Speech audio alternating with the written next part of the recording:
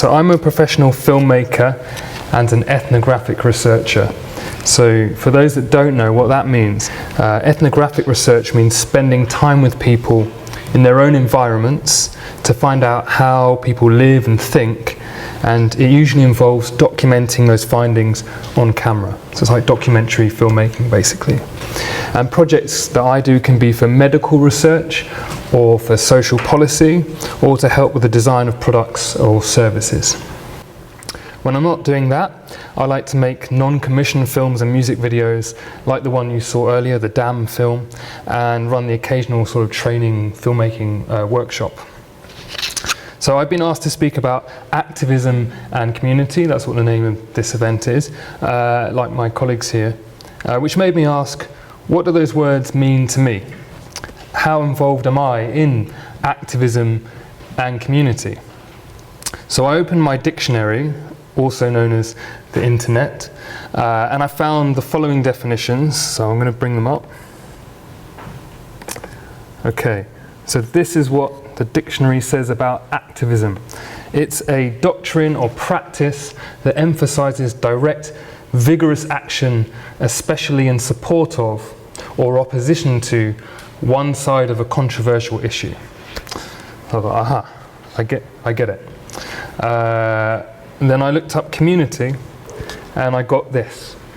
Community is a group of people who live in the same area, such as a city, town or neighborhood, or a group of people who have the same interests, race or religion, etc. So, I have to confess, I'm not sure how much direct, vigorous action I get up to, of a constructive kind anyway, or how much I identify with any single particular community. So why do I make these films? Why do I make these films? I make films to satisfy a sort of a personal urge to create and to express how I perceive the world in an aesthetic way. And because I'm interested in people's stories as a whole, as part of an overarching human tapestry. So I suppose I'm interested in that primarily to feel less alone and to bring life to life. But also because I believe it leads to mutual understanding or empathy, which is really important if you also believe in a healthier, happier world for everyone. So I suppose I do have a political agenda, albeit with a small lowercase p. However, I'm constantly aware of the dangers of alienating the very people whose attention I'm trying to get by being too vigorous and too flatly one-sided, or by just preaching to the converted.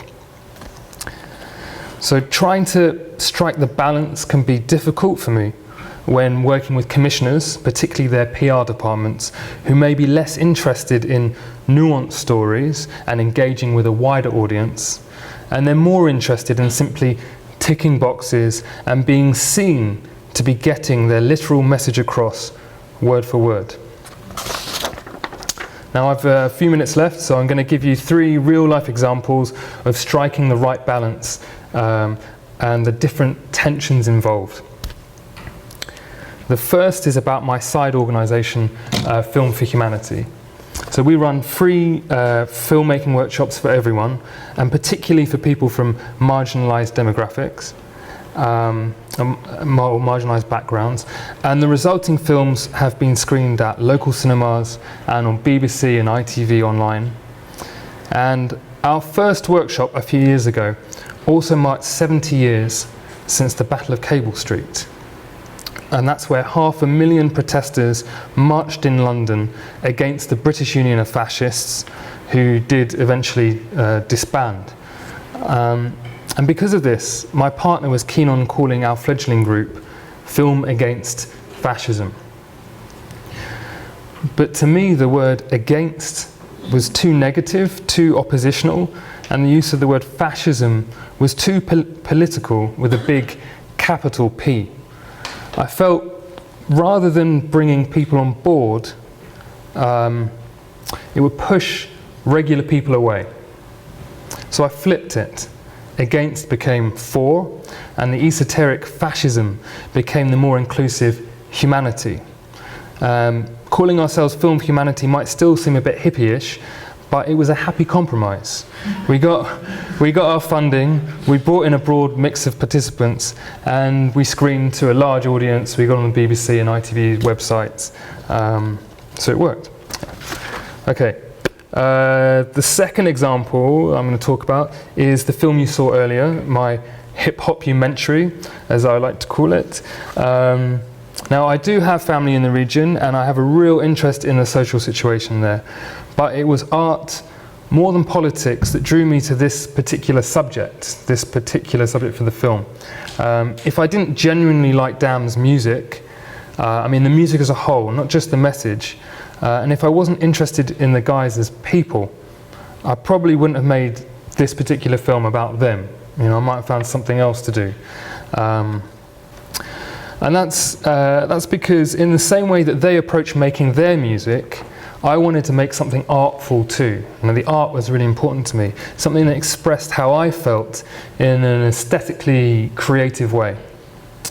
Dan was just happy for the free publicity, but it worked out well for all of us. The film was shown at several events and festivals, and we're still in touch as friends. However, when I was editing the film, there were one or two sort of light or blasé comments in the footage which, when taken out of context, may have seemed insensitive or off-putting to some viewers. So I really had to ask myself whether or not those comments should make the final cut. And that's a typical dilemma for any documentary filmmaker when you're editing.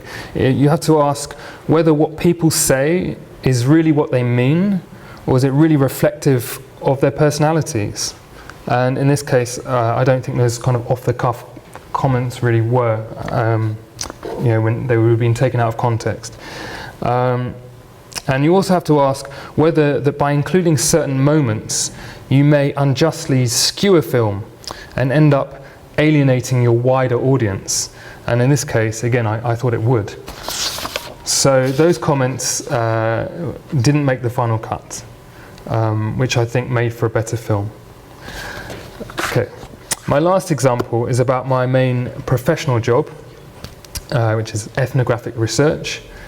And I'm going to show you a 60-second clip from a film called More Snakes Than Ladders, which was commissioned by the National Consumer Council, and it looked at the barriers and consequences faced by people who work full-time but they're trapped on a low income. It's an 8-minute film, so that's just sort of a 60-second, 90-second excerpt. So I'm proud of this film. It was twice shown at the House of Commons and distributed as a DVD with this booklet about all the people interviewed. But I think it could have been better. I think it could have been stronger. I think we should have better targeted the people who could actually make a difference. And we should realise that you do that by understanding and engaging with those people's points of view. I'm talking about the audience, the people who aren't already on board. So generally speaking, most people's point of view is, well, I've got my own problems to deal with, so why should your cause matter to me? So you have to show them. You can't just say, well, I can't just say because it's sad or because it's wrong. You have to show people how it materially or tangibly affects them and what they can do about it. So with the National Consumer Council film, the client agreed to add some statistics relating to things like rising food and fuel costs, which you saw, but they stopped short of saying what that meant to the viewer or explaining why someone else's problem might become theirs too. So with the bit about food costs, I would have added the amount that the NHS spends on dealing with preventable diet-related diseases, such as diabetes and obesity, as well as mentioning the cost to the economy of having a section of the workforce who are unable to work. Those massive costs are ultimately paid by taxpayers, and it's those numbers which make for the attention-grabbing headlines that we see in the mainstream press. They bridge the divide between them, or that group or community, in this case low-income workers, and us, meaning everybody else, the kind of mainstream readership. They show how we're all in it together as one community. And that's what it comes down to. I feel that if you want people to consider an issue, you also have to consider how they feel, how they'll respond, and how to show that your cause affects them too, and sort of on a deeper level. So as a final thought, this might seem obvious, but it's worth sort of stating. People are generally more attracted to sort of positive thinking than negative. We like doing things that make us feel good. We try to avoid things that make us feel bad. And that's why a video like this one I'm going to show you at the end has 36 million hits. It's just a shame that it didn't have a hashtag linking to a social issue at the end too, leading to something important. Okay, that's it. Thank you very much.